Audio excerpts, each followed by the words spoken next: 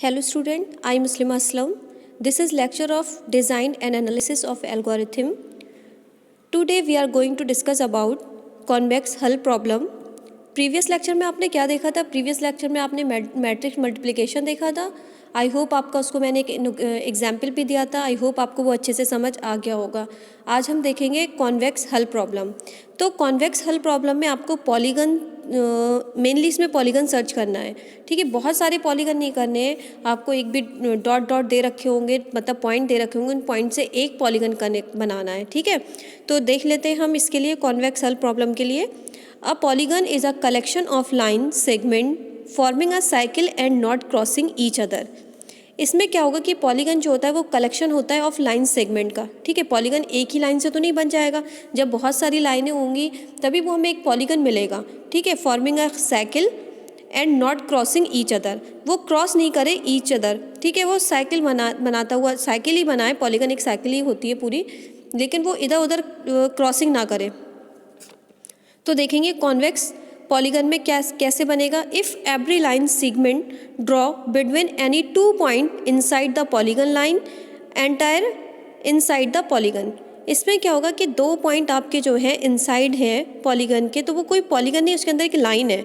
ठीक है, पॉलीगन तो आपके ये हैं P1 P0 P3, यानी कि लेफ़्ट पॉइंट को ऐड करोगे और जो राइट पॉइंट होगा उसे आप ड्रॉप कर दोगे. ठीक है, जो राइट की तरफ है उसको ड्रॉप करके आपको जो लेफ़्ट पॉइंट है उसको ऐड करते जाना है.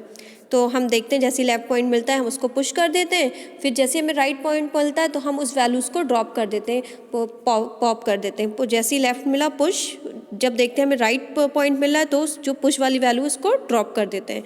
तो देखते हैं पॉइंट स्टार्ट.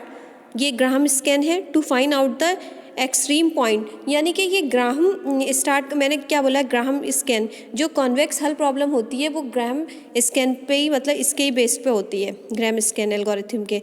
ठीक है, तो इस पर देख लेते हैं कैसे इसका न्यूमेरिकल है, वो आपको समझाती हूँ मैं. देखिए, आपको ये पॉलीगन दे रखा है. ये पॉलीगन आपने कैसे बनाया, यानी कि आपकी जो स्क्रीन है आपको, यानी कि कहीं भी आपको ये पॉइंट दे रखे थे. ओनली आपको पॉइंट ये दे रखे थे. ये मैंने आपको कनेक्ट किया है. मैं आपको ऐसे बना के तो दिखा नहीं सकती थी, इसलिए मैंने ये बनाया है. ठीक है, तो आपको बहुत सारे पॉइंट दे रखे थे. P0 से स्टार्ट हो रहे थे P12 तक. आपके P12 तक आपको क्या दे रखे थे, पॉलीगन, मतलब आपको पॉइंट दे रखे थे. P0 P1 P2 P3 P4 P5 P6 ऐसे अंदर P7 P8 P9 P10 P4 P12. अब आपको क्या करना था, कनेक्ट करना था. यानी कि आपको ये पॉइंट दे रखे होंगे, पॉइंट के नाम दे रखे होंगे, वो कोई भी नाम ले सकता है. ठीक है, अब आप देखेंगे P0, सबसे पहले स्टार्ट करोगे आप P0 से. मैं अभी आपको रफली बता रही हूँ. जैसे कि P0 से आप स्टार्ट कर रहे हो तो आपको एक स्ट्रेट लाइन मिल रही है P1, तो यानी कि वो आपका P1 मिला. फिर जैसे ही आप P2 पे गए, P2 आपका क्या हो गया, राइट टर्न, मतलब P2 आप क्या हुआ, लेफ्ट टर्न. जो भी हुआ लेफ्ट टर्न, आपने उसको भी पुश कर दिया क्योंकि लेफ्ट टर्न को ही हमें पुश करना, अभी हमें उसके आगे मिला नहीं था. जैसे ही लेफ्ट टर्न मिला तो आपने उसको पुश कर दिया P0 P1 P2. अब आप उस पॉइंट के बाद आपको आगे कुछ मिला ही नहीं था, यानी कि आपको पीछे जाना था, राइट टर्न करना था वहाँ से डॉट से. तो आप दोबारा से उस पॉइंट को ड्रॉप कर दोगे, फिर से P1 पे आओगे और P1 से P3 कनेक्ट करोगे. तो यानी कि मेरा मतलब है, जो आपको पॉलीगन दिख रहा है, इस पॉलीगन में आपको अंदर की तरफ के पॉइंट को जो भी है उनको ड्रॉप करते चलना है, और जो आपकी सीधी लाइनें मिल रही हैं, आपको सीधे जो पॉइंट मिल रहे हैं उसको कनेक्ट करना है. इस तरीके से आपको एक पॉलीगन बनाना है. जो अंदर के पॉइंट्स हैं उनको आपको ड्रॉप करते जाना है. तो देखो हम कैसे ड्रॉप कर रहे हैं. सबसे पहले आपने इस पॉलीगन को देखिए, ये सोल्यूशन है आपका. पॉलीगन में P0 था. P0 जैसी पॉइंट से बढ़ा उससे आगे P1 मिला, तो फिर उसको P1 से P2 मिला. ठीक है, अभी उसने कुछ देखा नहीं, वो डायरेक्ट आया P0, तो उसने P0 को पुश कर दिया स्टैक में. P1 मिला, P1 को स्टैक में पुश कर दिया. P2 मिला, P2 को स्टैक में पुश कर दिया. यानी कि उसने 3 वैल्यूज़ स्टैक में पुश कर दी. अब क्या कर रहा है कि फॉर, जैसे उसे P3 मिला, P3 उसे मिला राइट साइड पॉइंट. अभी तक उसे लेफ्ट साइड पॉइंट मिल रहे थे और राइट साइड टर्न हुआ तो उसे P3 मिला. तो वो क्या करेगा, P2 को पॉप कर देगा, क्योंकि उसे राइट टर्न होना पड़ा, उसने P2 को पॉप कर दिया. तो आप जाओगे टेबल बनाओगे, जैसे P3 पॉइंट आया फॉर, और आपने P2 को पॉप कर दिया क्योंकि हमें राइट टर्न मिल गया. हमें अब राइट टर्न मिला. राइट टर्न जैसे मिलता है हम जो पहली वाली वैल्यू आती है उसको ड्रॉप कर दें, यानी कि P2 जो होगा अब आपका पॉप हो जाएगा. तो हमारी जो स्टैक थी उसमें P1 और P0 बचा, क्योंकि P2 आपका ड्रॉप हो गया. तो उसके लिए मैंने लिख रखा है as pop so again for P3. तो अब P3 के लिए फिर से अगेन बनाएंगे स्टैक में, तो P0 P1 P3। अब हमारा लेफ़्ट टर्न था P3, जो भी है हमारा वो लेफ़्ट ऊपर की तरफ जा रहा है तो वो लेफ़्ट ही करता हुआ जाएगा, तो लेफ़्ट टर्न पे हम क्या करते हैं, पुश कर देते हैं। पुश कर दिया, P0 P1 P3 आपने इसको पुश कर दिया। अब करोगे फॉर P4, जैसे P4 आया, अब P3 से P4 आया, वो भी मतलब लेफ़्ट टर्न तो आ ही रहा है, वो लेफ़्ट टर्न तो सब अंदर की तरफ जा ही नहीं, लेफ़्ट टर्न आपको आया P4 पुश कर दिया उसने, तो P0 था P1 P3 P4 आपका पुश हो गया। अब आप देखोगे P4 के बाद उसे कुछ नहीं मिला, P5 आया। फॉर जब P5 आया तो जो P5 है वो राइट टर्न ऊपर की तरफ है, ये अंदर की तरफ आ रहा था P4 और वो ऊपर की तरफ जा रहा था, यानी कि राइट टर्न हुआ, तो P4 अब क्या होगा, आपका पॉप हो जाएगा। तो जैसे P4 पॉप होगा स्टैक में खाली जगह आएगी, P5 फ़ौरन पुश हो जाएगा, तो लिखेंगे as pop. So again for P5 में आपको जब जैसी अगेन आपको मिलेगा तो P3 P1 P5 जो है आपके वो क्या होंगे, P4 लेफ़्ट साइड था, P5 आपका पुश होगा क्योंकि वो आपका पॉप हो चुका है, तो P5 जो होगा वो आपका पुश हो गया। उसके बाद आप देखो फॉर P6 के लिए, अब P6 के लिए मैं आपको पॉलीगन दिखाती हूँ। P6 देखिए, P6 P5 से नीचे की तरफ जा रहा है, हम ऐसे तो नहीं बना सकते थे, तो अब जैसे P6 आया लेफ़्ट टर्न हुआ P6 आपका पुश हो गया, ठीक है। फिर फॉर P7, क्योंकि नीचे आपको P7 मिल गया तो देखो हम आगे बढ़े, हमने अभी अब इसको पॉप नहीं करेंगे क्योंकि हमें आगे वैल्यूज़ मिल रही हैं।